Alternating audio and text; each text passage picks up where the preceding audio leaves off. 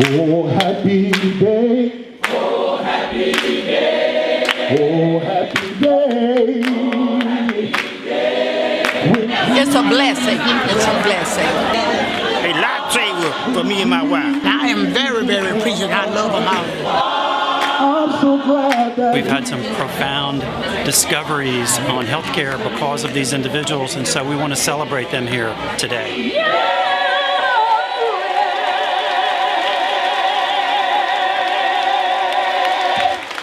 Today we're celebrating the 30-year anniversary of the Atherosclerosis Risk in Communities study. It's really the hallmark study for African Americans beginning to look at longitudinal risk for them for cardiovascular disease. Well, it's basically a study about things that contribute to hardening of the arteries, and we call it Atherosclerosis. And as we know, we have only one vascular system, and hardening of the arteries occurs in all the major organs of our body, from the tip of our toes to the top of our head in some way. We've been following a group of 16,000 people at 4 sites, including a site here in Jackson, and we have been looking at risk factors for heart disease and stroke. As our participants have gotten older, and as the investigators have gotten older, our focus has shifted more to the brain and disorders that happen as you get older. And as we're discovering things that predict those, we're looking for ways to change those as they get older. It's one of the largest studies of its kind. It is absolutely the largest study that's been following African Americans ever. I'm delighted looking back 30 years later. The opportunity is created for me as a participant, both in terms of practicing physician and for education of the community in general, and particularly medical education, and all of us as cohorts. I was offered the invitation, and I thought maybe by doing the study, it could, the research could help, and I probably could benefit myself. What I like about the program, the various tests that come along are the tests that you need as you age. You know, the hearing, the memory, and all of that. Things that may not have been at the top of the list when we were younger, but now we need those things, and we've needed everything that we've ever had involving all the tests at ARIC, and it's great.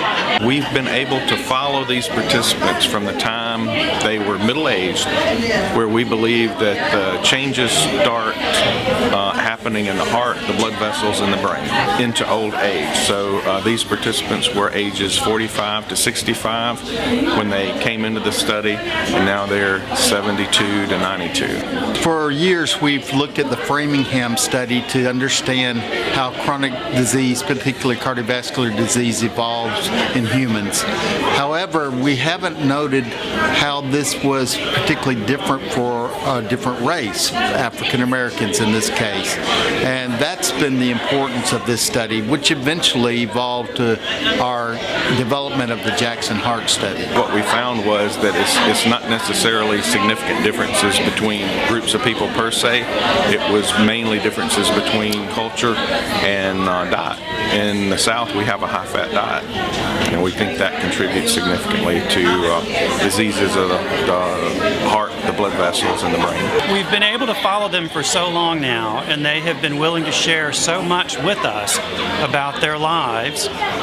We've measured everything you can think of, and it is shedding light not only into heart disease and stroke, but also changes in the brain, changes in the eye, gait, balance, memory loss.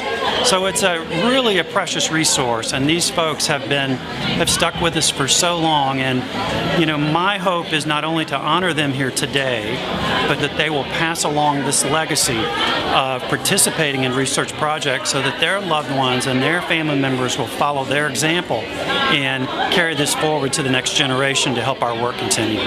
Heart disease runs in our family. My grandmother, her mother had heart disease, had heart attacks before. So we know that it's important to keep up and to make sure that she's protected, as well as when I'm I'm actually starting to watch for it myself now at my age.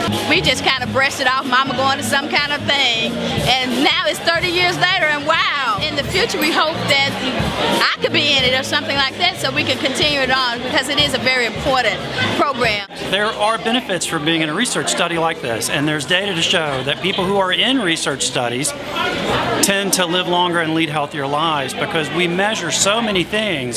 Some of the most sophisticated measurements, from brain MRI to retinal photography, so they learn a lot about their health by being in the study. So it's mutually beneficial on both sides. We've had this wonderful wealth of information that's been collected and archived for the past 30 years, and that's now available to answer all of these questions that are coming about as we find out new discoveries with medicine. It's just absolutely monumental. As the ARIC study has focused more and more on disorders of the brain, like Alzheimer's disease, the ARIC study is basically housed within this umbrella structure of the Mind Center. So the Mind Center operates and oversees the ARIC study, as well as some other studies that are similar to ARIC. Of course, we do more than that as well. We have a clinic, we do community educational events, we have clinical trials programs for people with Alzheimer's and dementia. The University of Mississippi Medical Center is delighted to be involved in this study and to be the institution that National Institutes of Health has allowed to be the shepherd for this study.